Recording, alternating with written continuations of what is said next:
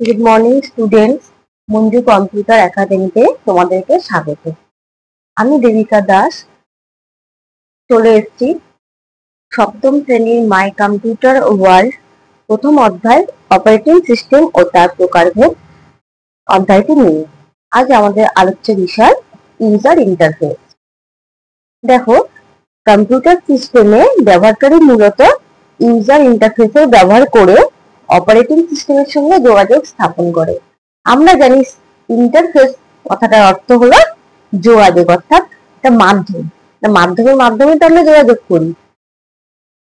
User ইন্টারফেসকে সাধারণত দুই ভাগে ভাগ করা যায়, যেমন সিইউআই বা ক্যারেক্টার ইউজার ইন্টারফেস এবং জিইউআই বা গ্রাফিক্যাল ইউজার ইন্টারফেস। তাহলে সিইউআই বা ক্যারেক্টার ইউজার ইন্টারফেস কি?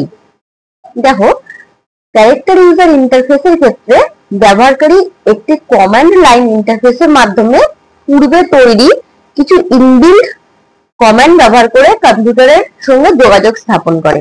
এক্ষেত্রে শুধুমাত্র কমান্ডগুলি কিবোর্ডের মাধ্যমেই কিন্তু টাইপ করে ব্যবহার করা হয়। এই ধরনের ইন্টারফেস ভিত্তিক অপারেটিং সিস্টেম হলো এমএস ডস এবং ইউনিক্স। তাহলে ক্যারেক্টার ইউজার ইন্টারফেস বা সিইউআই সম্বন্ধে আমরা কি বলতে পারি?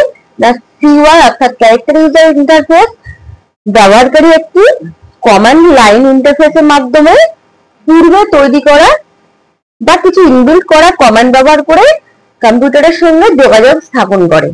এই কমান্ডগুলো কি হয়, শুধুমাত্র আমরা কিবোর্ডের মাধ্যমেই কিন্তু টাইপ করতে পারি।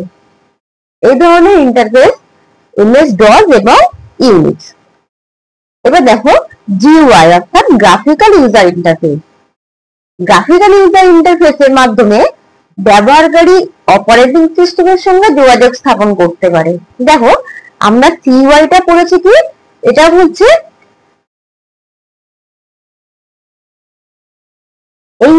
এই ইন্টারফেসে কি হয়, ব্যবহারকারী কিন্তু কম্পিউটারের সাথে একইভাবে যোগাযোগ স্থাপন করে।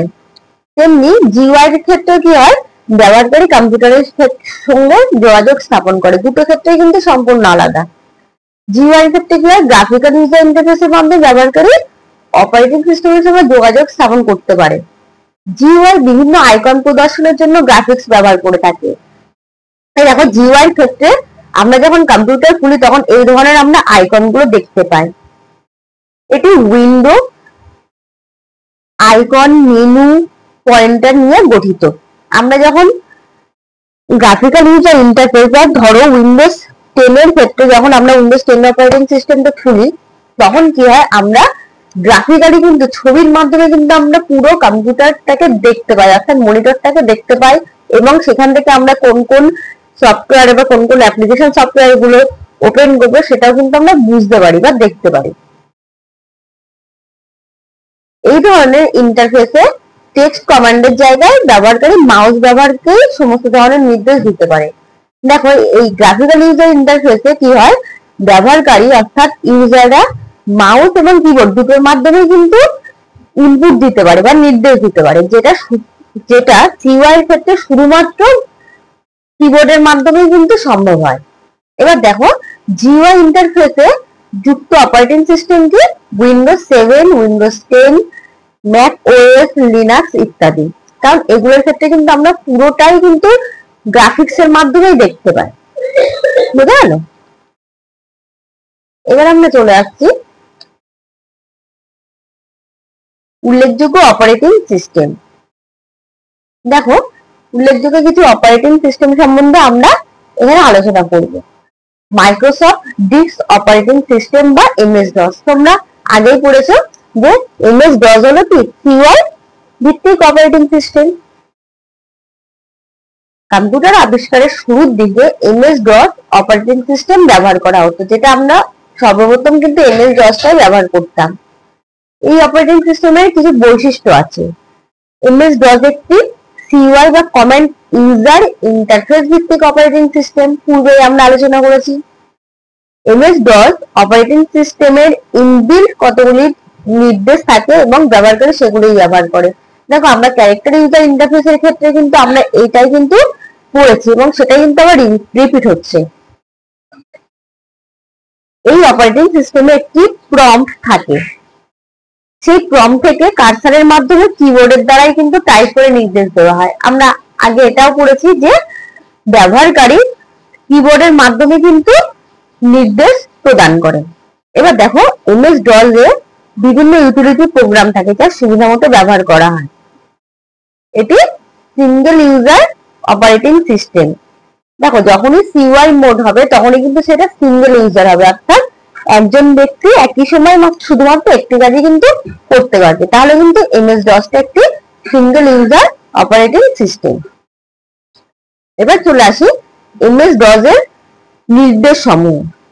দেখো এমএস ডস এর নির্দেশ বা কমান্ড দুই প্রকারের হয়, আভ্যন্তরীণ নির্দেশ বা ইন্টারনাল কমান্ড এবং বহিঃস্থ নির্দেশ বা এক্সটার্নাল কমান্ড।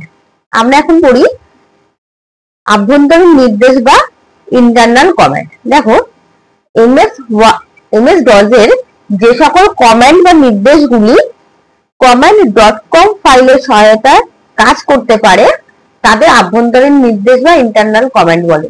অর্থাৎ এমএস ডস এর যে সমস্ত নির্দেশাবলী command.com এই ফাইলের সাহায্যে কাজ করবে সেই সমস্ত নির্দেশকে বা নির্দেশাবলীকে কিন্তু আমরা আভ্যন্তরীণ নির্দেশ বা ইন্টারনাল কমান্ড বলে থাকি। এবার আমরা চলে আসি এক্সটার্নাল কমান্ডে। দেখো যে সকল কমান্ড ব্যবহার করতে বিশেষ ফাইলের উপস্থিতি প্রয়োজন, এমএস ডস এর সেই সমস্ত কমান্ডকে বহিঃস্থ কমান্ড বা এক্সটার্নাল কমান্ড বলে। দেখো ইন্টারনাল কমান্ডের ক্ষেত্রে কি হয়, ইন্টারনাল কমান্ড বলতে তোমরা এখানে কি পড়েছো যে সকল কমান্ড নির্দেশাবলী command.com ফাইলের সাহায্যে আমরা কাজ করতে পারি। আর বহিঃস্থ কমান্ডের ক্ষেত্রে কি হয়, যে সকল কমান্ড ব্যবহার করতে বিশেষ ফাইলের উপস্থিতির প্রয়োজন হয়, ওই বিশেষ ফাইলের উপস্থিতি যদি না থাকে তাহলে কিন্তু আমরা এই কমান্ড ব্যবহার করতে পারি না। তাহলে আমরা কি দেখলাম, বহিঃস্থ নির্দেশের উদাহরণ দেখো edit, move, chk, dsk, find, xcopy, sort, tree ইত্যাদি, এগুলোকে আমরা বহিঃস্থ বা এক্সটার্নাল কমান্ড বলে থাকি। এবার দেখো সিইউআই এবং জিইউআই এর মধ্যে পার্থক্য। আমরা যদি ভালো করে সংজ্ঞাটা পড়ে থাকি বা বুঝে থাকি তাহলে পার্থক্য আমরা কিন্তু নিজেরাই করতে পারবো। দেখো সিইউআই সম্পূর্ণ নাম কি, সিইউআই সম্পূর্ণ নাম ক্যারেক্টার ইউজার ইন্টারফেস, জিইউআই সম্পূর্ণ নাম গ্রাফিক্যাল ইউজার ইন্টারফেস। এবার দেখো সিইউআই এর ক্ষেত্রে এই ধরনের অপারেটিং সিস্টেমে সমস্ত কাজ টেক্সট ভিত্তিক কমান্ডের মাধ্যমে হয়, কিন্তু জিইউআই এর ক্ষেত্রে কি হয়, এই প্রকার অপারেটিং সিস্টেমে মাউস পয়েন্টার বা নির্দেশক দিয়ে বিভিন্ন আইকন বা মেনুর উপর ক্লিক করে সমস্ত কাজ করা হয়। এবার দেখো সিইউআই এর উদাহরণ কি, এমএস ডস, জিইউআই এর উদাহরণ উইন্ডোজ বা উইন্ডোজ 10 বা লিনাক্স তোমরা বলতে পারো।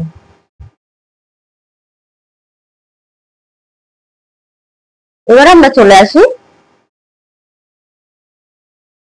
Windows operating system. দেখো আজকে আমরা এটুকুই পড়ি, নেক্সট ক্লাসে আমরা উইন্ডোজ অপারেটিং সিস্টেম সম্বন্ধে ডিটেলসে আলোচনা করব।